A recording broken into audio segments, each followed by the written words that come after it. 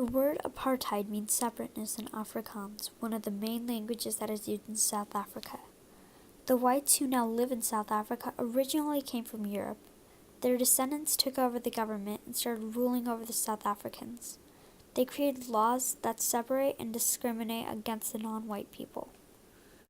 The South Africans were separated into 3 groups. There were whites, the Europeans, blacks or Bantu, the original South Africans, or the colored people with mixed ancestry. Although the whites had the least amount of people, they were still the ones in charge. They decided that the groups should stay separate, and many laws were created to separate them.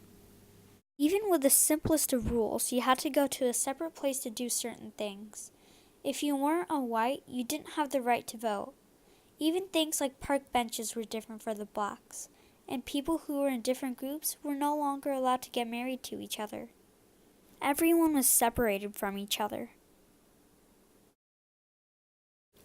Nelson Mandela is one of the most well-known persons who has fought for apartheid.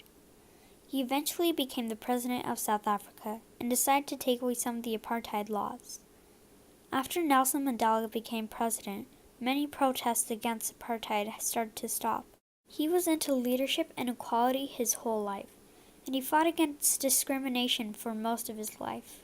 He gave many big speeches, like his "I'm Prepared to Die" speech in 1979, or like the "Struggle is My Life" speech in 1990, and he inspired many people. Nelson Mandela was sentenced to life in prison because he protested against apartheid, but he was eventually freed. We can still remember him by what he did to help South Africa. Nelson Mandela fought against apartheid, but so did many other people. A lot of people, including whites, knew that apartheid was unfair. Peter Willem Botha was the president of South Africa in the 1980s. He was one of the people who knew that apartheid was unfair, and because he knew that, he decided to take away some of the apartheid laws.